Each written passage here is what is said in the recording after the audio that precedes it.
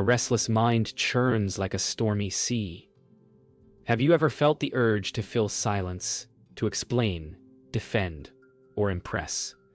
As if your words could anchor the emptiness within. In the monastery atop the misted mountains, a young seeker arrives with the same hunger. He believes wisdom lies in speech, that enlightenment blooms through understanding spoken aloud. But the master watches him quietly, saying nothing. Each word the seeker utters ripples through the tranquil air like stones thrown into still water. The more he talks, the more the silence of the others grows deafening. That night, unable to sleep, he hears the monastery breathe. The sound of sandals on stone, of the wind whispering through bamboo. In that quiet, he feels the weight of his own noise for the first time. When dawn breaks, the master calls him forth and says only this: "If you wish to hear truth, first stop speaking." From that moment, silence becomes his teacher. The vow of silence begins with discomfort. Every moment feels swollen with words unsaid. June walks the monastery paths, wanting to greet, to question, to explain himself. But the rule is clear. No speech until he understands its weight. The silence wraps around him like heavy robes. He starts to notice how others communicate without words. A bow, a glance, a breath shared during morning prayers. Still, his mind screams louder than any voice. Each suppressed sentence echoes inside, turning into a storm of thought. The master observes from afar, knowing this chaos is the beginning of peace. The true lesson has begun, not in speech, but in the space where words end. By midday, the silence has begun to sharpen his senses. Every sound becomes magnified. The rustle of robes, the whisper of rain against the roof, the rhythmic scrape of a broom across the floor. June feels the pulse of life in everything. Yet his mind rebels, inventing dialogues with people who aren't there. He recalls his old debates, his clever arguments, his pride in being heard. Now, he is no one, no voice, no audience, just awareness and breath. For the first time, he realizes how much of his life has been built upon noise. Noise mistaken for purpose. His hands tremble, not from fear, but from the slow unraveling of the self he thought he was. The following morning, Jun joins the monks for the walking meditation.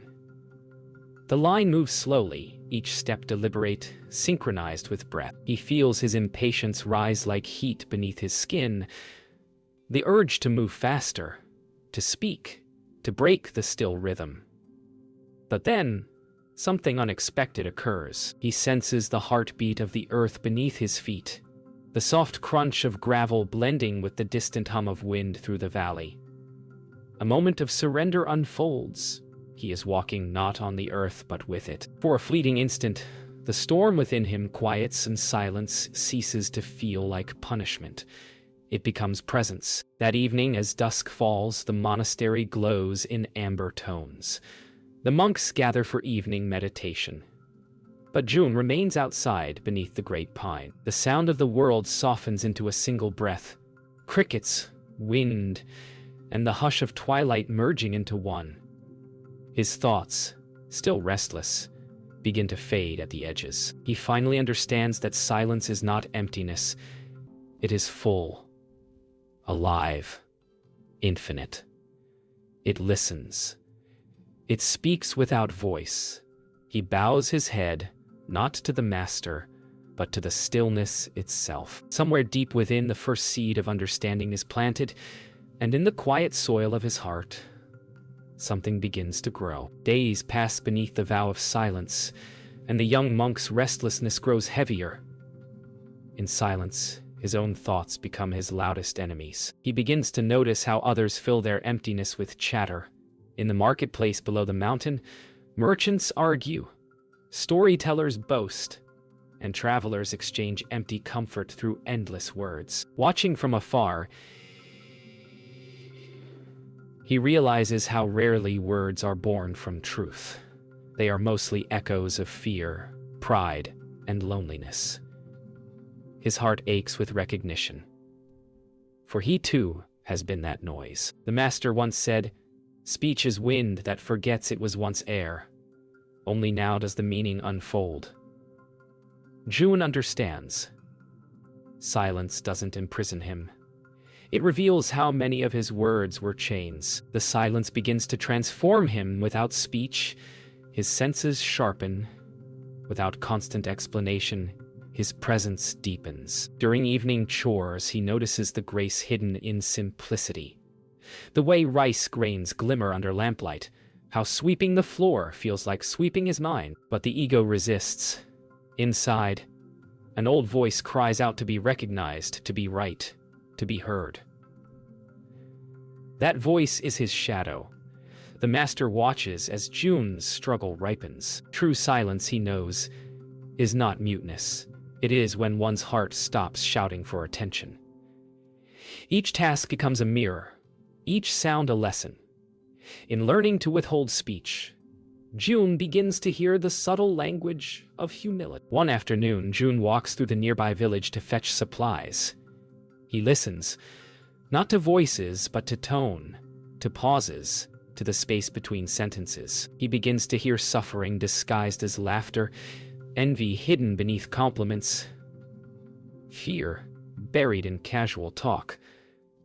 Every sound feels heavier now, carrying invisible weight. He realizes that words, once spoken, cannot be retrieved. They either heal or harm. His silence becomes compassion, a shield against reaction, a window into others' pain. Yet some villagers mock him, calling him the mute monk. He only bows, smiling softly.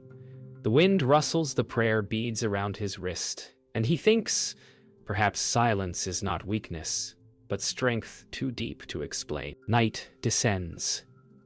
In the meditation hall, monks gather in stillness, their breaths forming an invisible harmony. June sits among them, and for the first time his mind feels quiet, not silent from suppression, but from understanding. He feels the pulse of his heart sync with the rhythm of the others, a silent dialogue of shared peace. He senses the master's presence, though no word is spoken. The entire hall breathes as one body. In that unity, John realizes something profound. Silence is the birthplace of all sound, the source from which truth arises. To speak wisely is not to fill the air, but to honor it. As dawn returns, the young monk carries water from the stream below. The world is quiet, yet alive. Birds stir in the trees.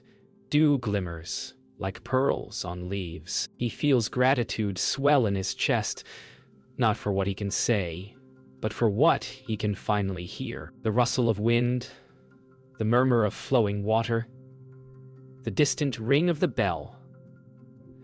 They all feel like part of one endless conversation beyond words. When he returns, Master Ryozan stands by the gate and simply meets his gaze. Nothing is said. Nothing needs to be. In that shared silence, June understands. Sometimes the truest teachings arrive not through instruction, but through presence. Silence has become a mirror, reflecting not the world outside, but the turbulence within. June sits beneath a cedar tree, watching clouds drift lazily across the sky, yet his thoughts churn like a storm. He recalls past arguments, insults spoken in anger, promises he could not keep, laughter that masked fear. The mind, he realizes, never stops speaking. Even in silence, it narrates endlessly, weaving illusions and regrets. But awareness, he begins to understand, is the first step toward freedom. Each breath becomes a brushstroke, painting clarity over chaos. Meditation reveals the edges of desire, the patterns of clinging. In this stillness, the young monk confronts himself fully, unflinching, as the mountain wind whispers truths that words cannot carry. It is during these quiet hours that May arrives, a visitor seeking refuge from the chaos of her life. Her eyes carry sorrow, lips quiver with unspoken grief. Hands tremble as though they remember too many losses. June observes her from a distance, noticing the way her pain echoes his own inner unrest. He feels the familiar itch of words on his tongue, the desire to console, to explain, to make sense of her suffering. But silence holds him. He realizes that true compassion does not demand explanation. It demands presence. By sitting quietly, by simply being, he discovers that sometimes the heart speaks more profoundly than any voice. June accompanies Mai through the monastery gardens, the air thick with the scent of pine and wet earth. He notices the way the petals of fallen flowers float on still water, untouched, perfect in their impermanence. Each moment reflects a lesson. Attachment turns beauty into suffering.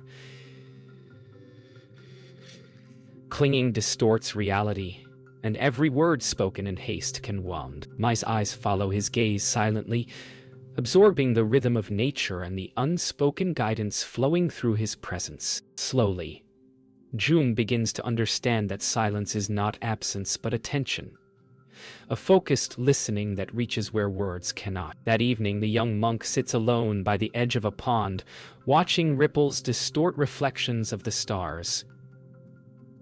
Thoughts that once demanded to be voiced now settle into quiet observation. He begins to see that the mind's chatter is a shadow, ever seeking validation, forever restless. With each wave, each ripple, he understands impermanence. All emotions, all words, all identities are temporary. The still water teaches him that silence is not suppression, but clarity. Each ripple fades into the night, and with it, his attachment to his own story diminishes. The pond becomes a teacher reflecting the truth that cannot be spoken, only lived. By the end of the week, June senses a subtle transformation. He feels less like a vessel of words, and more like a conduit for awareness. May, too, has begun to find a fragile peace in this shared silence, her grief softening with each unspoken moment. In meditation, June realizes that his inner noise, once deafening, has become a rhythm, a heartbeat of understanding, steady and quiet. The master approaches at dawn, placing a hand lightly on June's shoulder. No words are needed. In that simple touch, June comprehends the unspoken teaching. The mind can speak endlessly, but the heart communicates through silence, and it is through listening, not speaking, that true wisdom blooms. The master instructs June to climb higher into the mountains, to spend a week alone with the wind. Listen, he says, and let the world teach you in its own voice. June ascends along narrow trails, mist curling around jagged rocks, the air crisp and thin. At first, he hears nothing but the clamor of his own thoughts. His mind protests. Why must he endure this solitude? Yet, as the wind moves through pine needles, whispers over stone, and brushes across his face, he begins to notice patterns, subtle rhythms, messages unspoken yet vivid. The wind speaks without words. It teaches that existence communicates through motion, through stillness, and that silence is a living language. As he pauses on a cliff edge, June notices how the wind shapes the landscape, bending trees, scattering leaves, carrying scents of pine and distant earth. The movement of the world feels alive, purposeful, and yet effortless. He realizes that communication is not always deliberate. Sometimes it is subtle, indirect, and transformative. The wind neither commands nor protests, yet it alters everything in its path. June begins to understand that words, too, have this potential, but only when they are measured and intentional. Silence, he discovers, is the canvas on which wisdom paints its invisible strokes. Night falls and Jun sets up a small fire on a plateau. Alone, surrounded by shadows and flickering light, he feels his thoughts slowly quiet.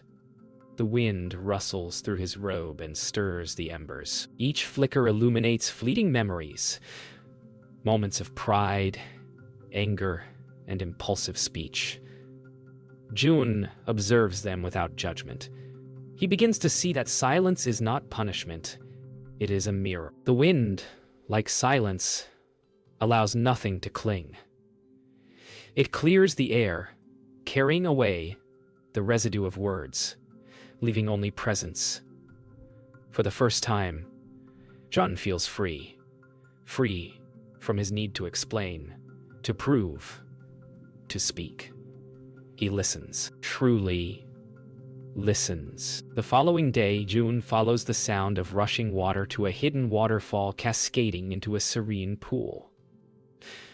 The roar is loud, yet the silence beneath it is deeper. He kneels, feeling the mist on his skin and the vibration of the falling water through the rocks. He realizes the paradox. Silence exists not where sound is absent, but where presence is complete. Words, like water, can either drown or nourish, depending on their intention.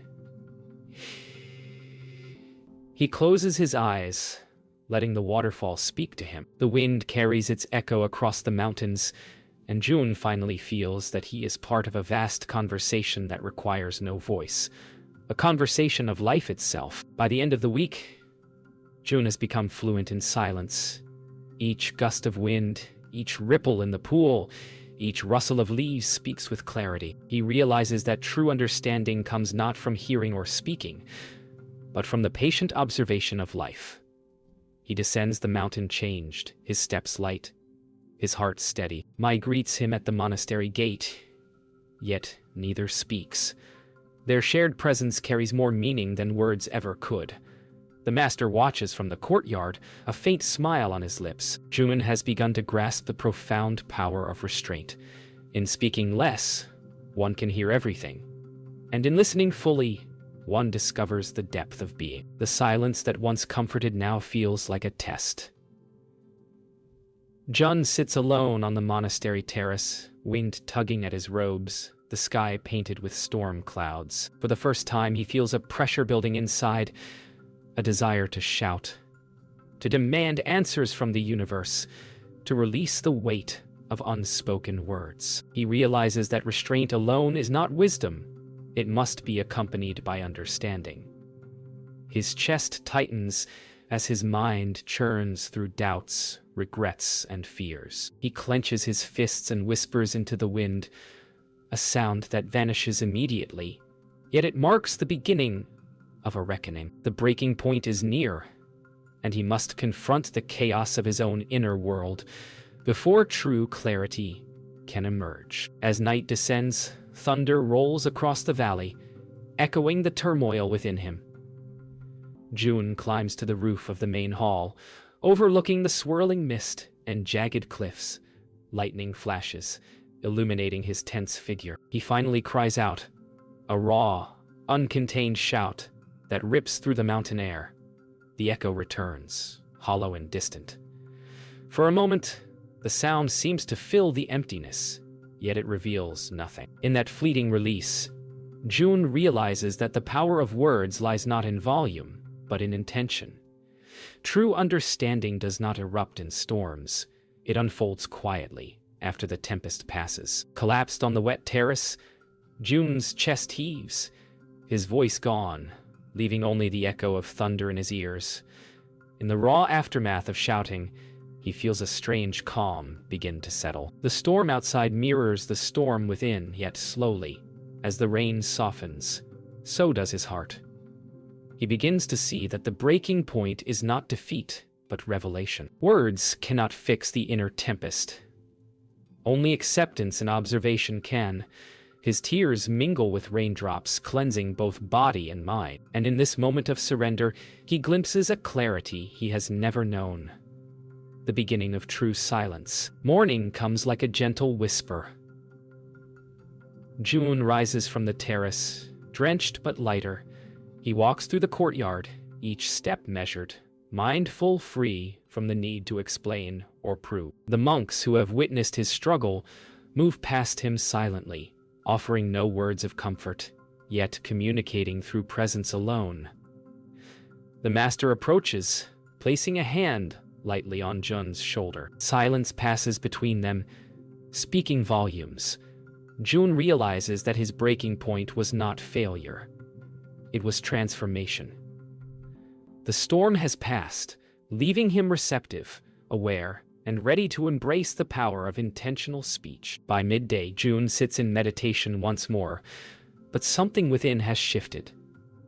Silence is no longer a trial, it is a companion. Each sound of wind, water, and distant temple bell resonates deeply, not as distraction but as part of an endless dialogue with life itself. He understands that speech is powerful when it is rare, deliberate, and born from awareness. The master observes him quietly, knowing that June has stepped into a space where restraint and understanding coexist. In the stillness of this moment, June's heart feels both empty and full. A paradox of clarity that only silence can teach. June has learned to hold his silence, yet the world tests him in unexpected ways. May, still struggling with her grief, approaches him with tear-streaked cheeks and trembling hands.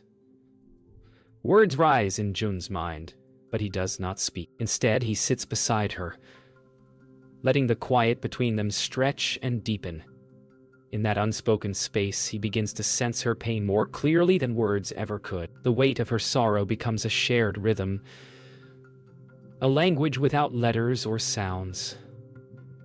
Silence, he realizes, is not absence. It is presence magnified. In listening fully, without interruption, June discovers the profound truth. Some hearts heal not through advice, but through the stillness of another. Mai begins to speak, her voice barely above a whisper. June listens not to respond, but to witness. Every word she utters seems heavier than it needs to be. Yet in his silence, he mirrors her emotions without judgment. He feels her fear, her longing, her fragile hope. In that presence, she starts to breathe more freely. June notices the subtle shifts in her posture, the easing of tension, the way her gaze softens. He understands that the true voice is not measured in syllables or tone, but in the depth of attention and the courage to hold space for another's suffering without distraction or interference. The master approaches silently, observing the connection.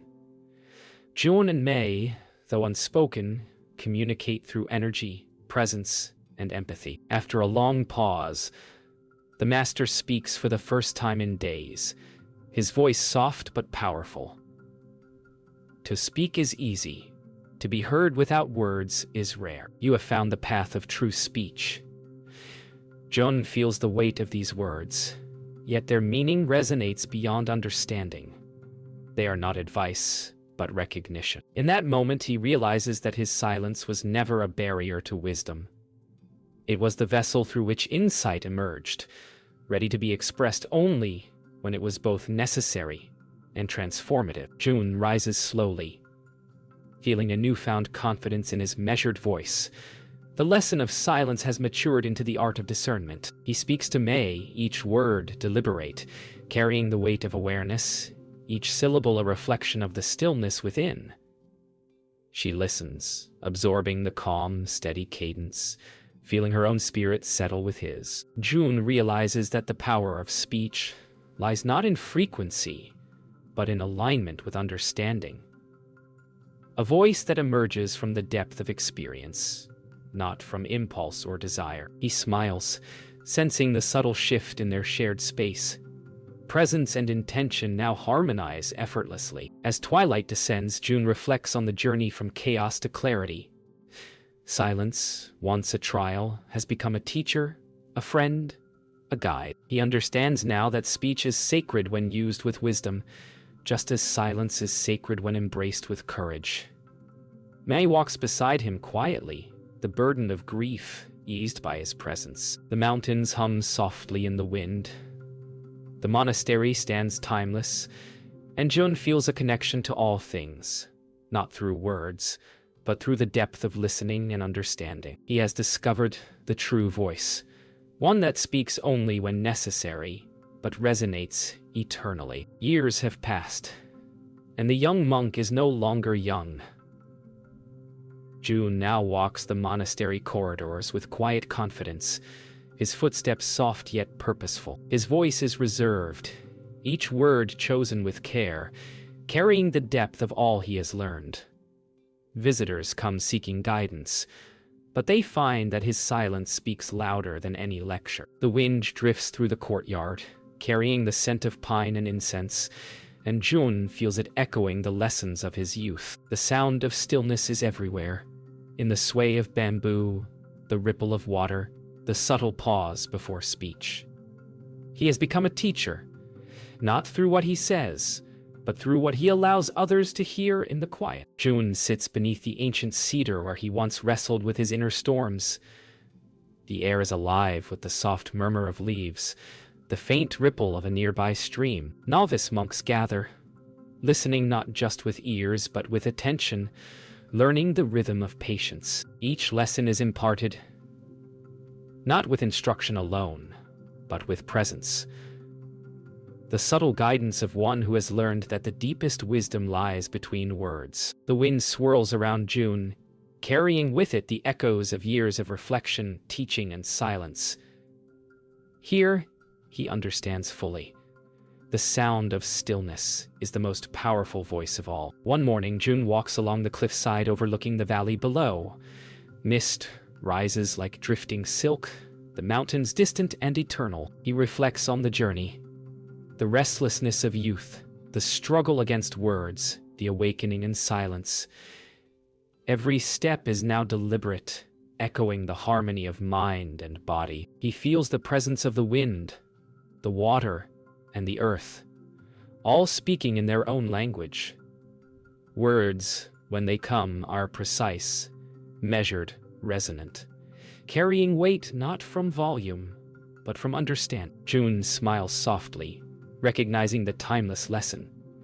The world teaches through listening, and true wisdom arises when the heart is still. Later that day, Mai visits the monastery once more.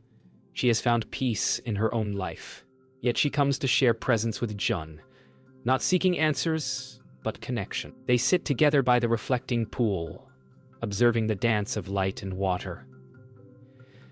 Neither speaks, yet conversation flows in the silence between them, an exchange of understanding and gratitude. Jun has learned that the truest dialogue does not require words. It is felt, absorbed, and shared through attention and care. Silence, once a challenge, has become the vessel of enduring wisdom. As dusk falls, the monastery is quiet but alive. Jun stands beneath the ancient cedar, eyes closed, feeling the rhythm of the world in the wind, the trees, the stones beneath his feet. The sound of stillness fills him completely, a resonance that carries the weight of lessons learned, storms endured, and wisdom gained. In silence, he has found speech. In restraint, he has discovered freedom. In presence, he has realized truth. The wind whispers through the courtyard, a subtle symphony of life, and Jun smiles. The journey from noise to clarity is complete. In every pause, every breath, every quiet moment, the power of silence speaks, eternal, unshakable, profound.